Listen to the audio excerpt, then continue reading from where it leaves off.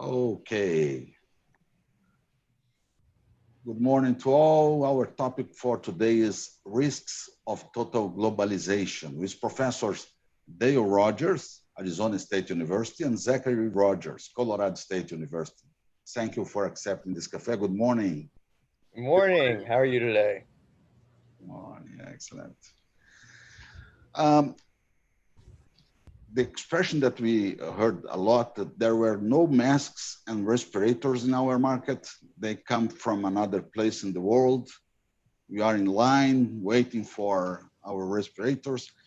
So the point that I would like to bring to us is should globalization be revised, including strategic variables for critical items, or is just market oriented?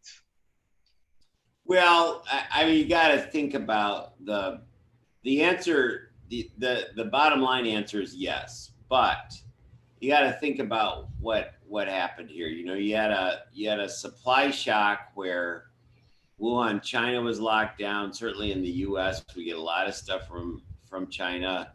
Well, in masks specifically, a lot of PPE comes from the Hubei. The stuff for respirators.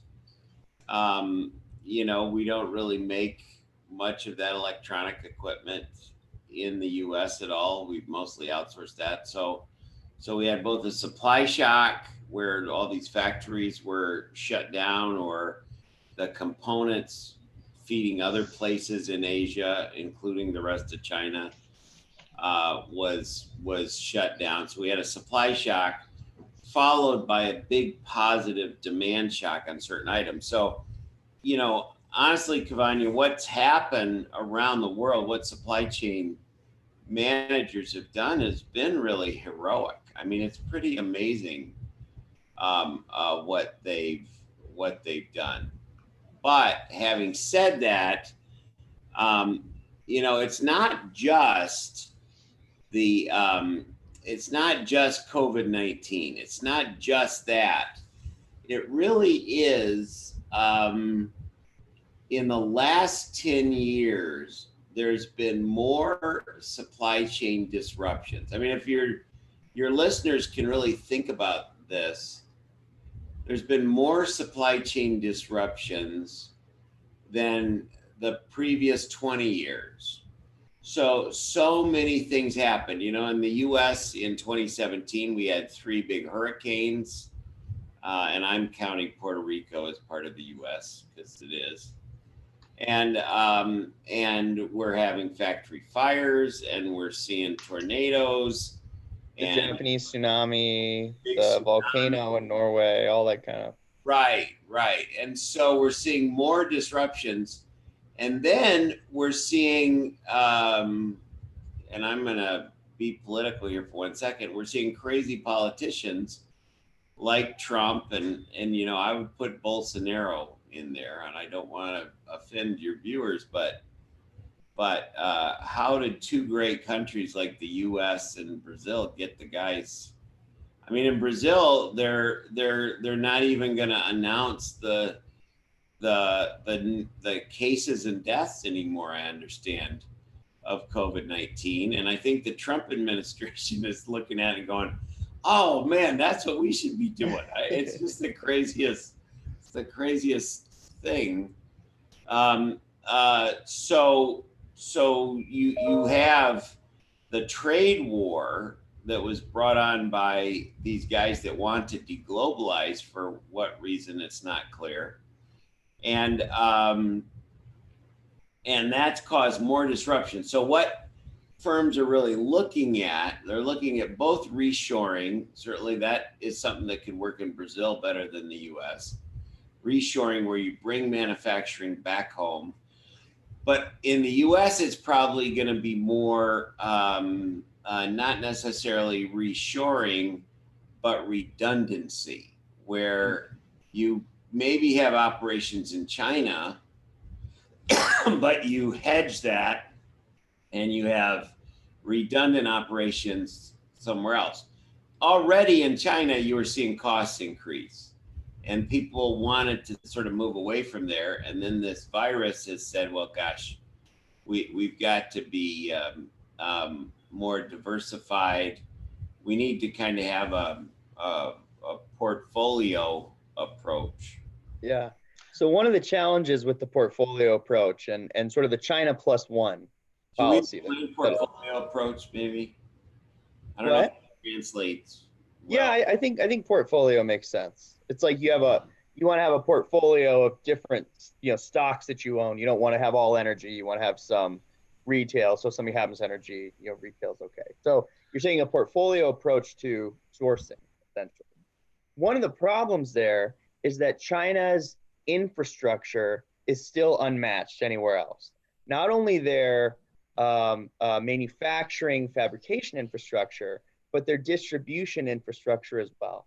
China's got great ports, they've got rail depots, they've got great highways, they've got everything that you might need, and they're driving it at a scale where the economies and the costs make a lot of sense. So, one thing that's already started to happen, I'll give you an example here, is the move of apparel manufacturing out of China into places like Vietnam or Bangladesh.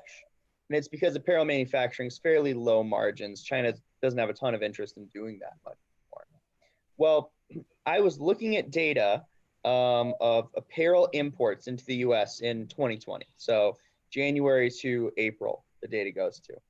And if you look at sort of when Chinese apparel drops off, you see the number of ports the boats to go up. Now, what does that tell us? Well, what it tells us is that when we're getting a shipment straight from China to the US of apparel, it leaves Shanghai or Hong Kong or wherever it comes straight over to the US. When it's coming from somewhere like Vietnam, it's usually leaving Vietnam, stopping in Singapore or somewhere like that. That's sort of a centralized hub because it's not enough to just send a boat from Vietnam to the US. You're also going to need stuff from Bangladesh, from the Philippines, from Taiwan, from all over the place. And then those will come together in a central sort of a consolidation hub and then move to the United States. And I think that's just, that's one example. But what it shows is that as we're going to move away from China or just China to a portfolio model, you are going to have to do more work on the distribution side because those great big, infrastructures, the ways to move things and to consolidate things don't exist on the same scale everywhere else that you're going to go relative to China. Yeah, it's perfect because you mentioned four different items that I capture here. Portfolio management, parallel manufacturing plants in other countries, reshoring, coming back to the US or any country that's being analyzed, and redundancy. So for different approach, that it means that it is needed a strategy for the country to rethink the supply chain process, the manufacturing distribution process, because sometimes can be dangerous, no? Right. Well, and I would say that redundancy is a bit of a portfolio approach. I would say those two were related, and maybe even reshoring is. It's interesting, it is important to really think about supply chain risk in ways that maybe we didn't used to.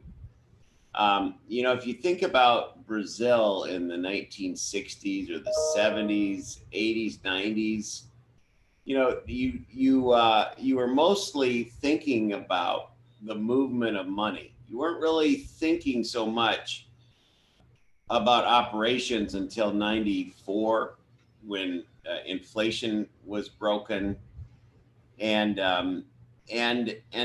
so that's really when people started to focus on operations and part of what we were thinking about in the 90s and the 2000s and the 20 teens was let's look for the cheapest place to manufacture. You had great manufacturing hubs around Sao Paulo and Manaus some people say I say Manaus like I'm a karaoke. I apologize for that. And Mhm. so you mostly had, inshoring. You mostly had manufacturing inside Brazil, but as the economy started to expand and you wanted products that came from other places, it made sense to get that made in low cost countries. Well, the aftermath of that and the increase in prices in China means that a Brazilian supply chain manager has to be very agile and resilient, because you don't just put a factory somewhere. I mean, if you're in a high capital cost business, like say you were in the petroleum business, that's a very high cap. You're not going to move um, an oil well. I'm not saying that, but you are if you have manufacturing that is lower cost capital cost, then you probably are going to have to look at that every couple years. Where are we sourcing from? Where does it make sense? Do we need to move it to a lower, cheaper place? Do we need to move it out of China? Do we need to go to Vietnam, like Zach was saying? There's it's a faster moving sourcing world than I think it used to be. And Cavagna, I know this.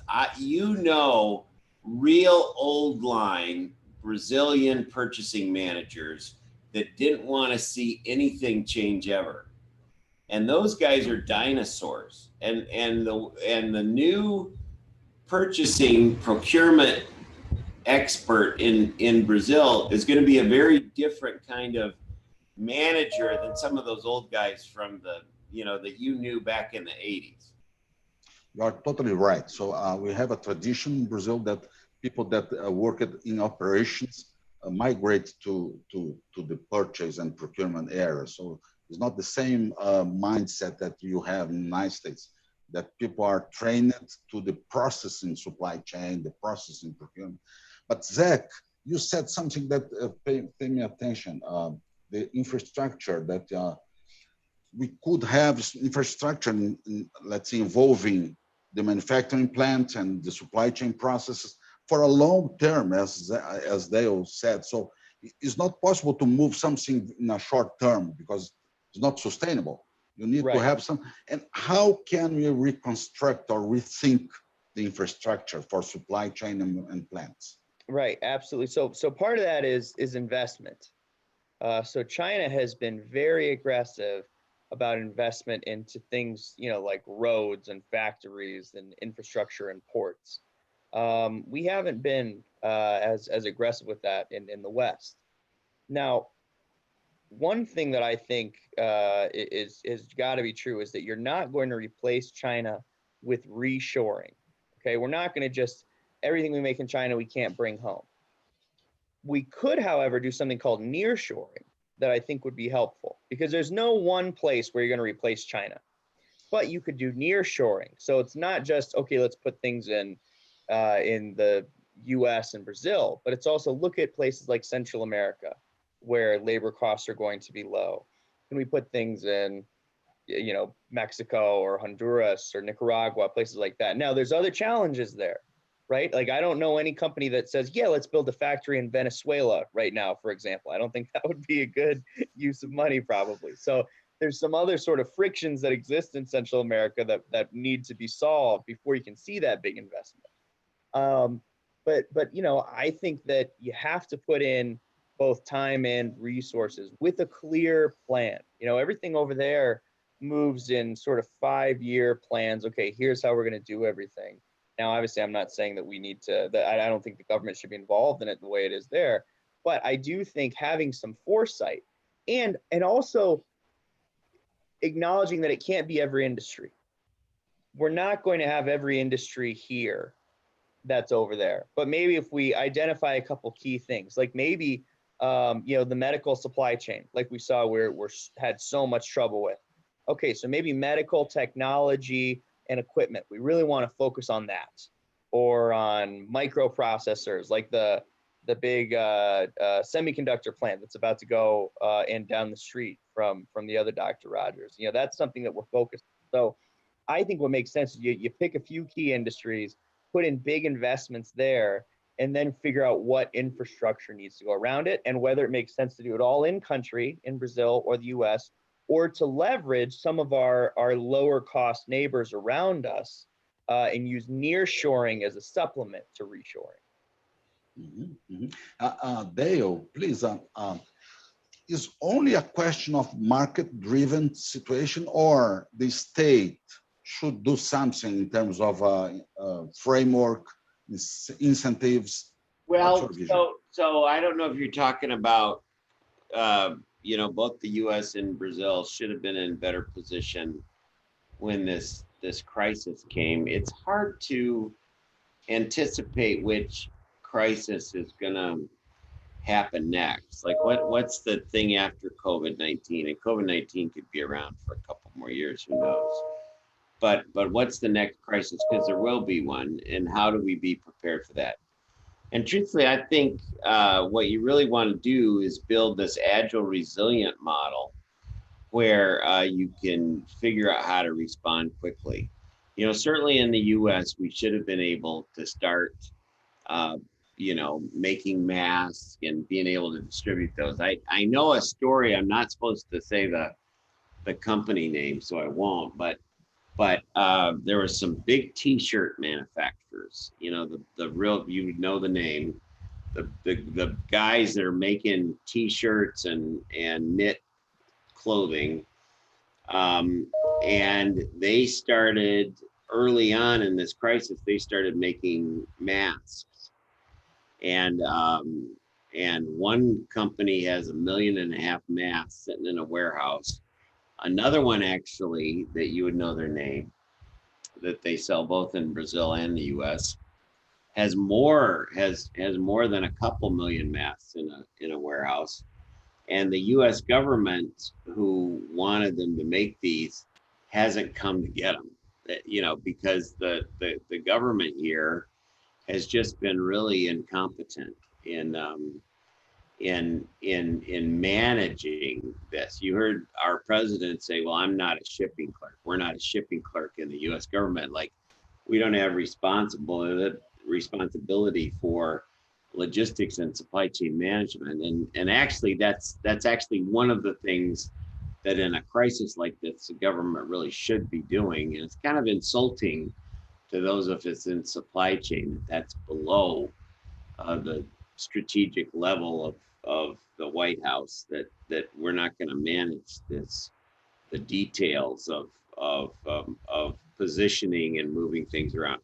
We've got to be better. We both in the U.S. and Brazil. We've really got to be better at really planning ahead of time. Isn't it interesting, Cavagna, how the government bureaucrats, how much they could learn from supply managers and supply chain managers in anticipating and planning for some of these things. If you at Petrobras back in the old days was running the response to the COVID-19 crisis, it would have gone way smoother than what the Brazilian government has done. It's just really a bad performance, and not just in Brazil, but also in the U.S. Yeah, that's right. Bad performance. I agree with you. It's totally crazy. So the manner that we face the challenge and the organization to let's say to win this battle. Very. Well, and the numbers prove it. Look at the crazy number of cases that you're seeing in Brazil. It's really sad, Impressive. and that's also happening out here in the West. The U.S. state with the fastest percentage-wise growing numbers is actually Arizona, where I live. So Yeah, that's right. Guys, I would like to thank you both. I appreciate this conversation.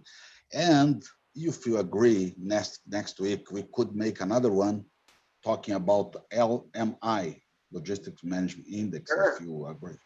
That'd be great. Sure. Okay, Sure. let's write some emails between among us, and we can schedule Sounds this good. one. All right. Excellent. Yeah, and I'll even make sure that I'm ready for that when I'll take a shower. I won't have to wear a hat or anything. It'll be good. Yeah, yeah. I wish a very quick recovery. Zach. Thank you very much. I appreciate it. Yeah. Thank you, Deus. Thank All you, right. Zach. All right. Bye-bye. It's great to talk. Bye. Thank Good to you. talk to you.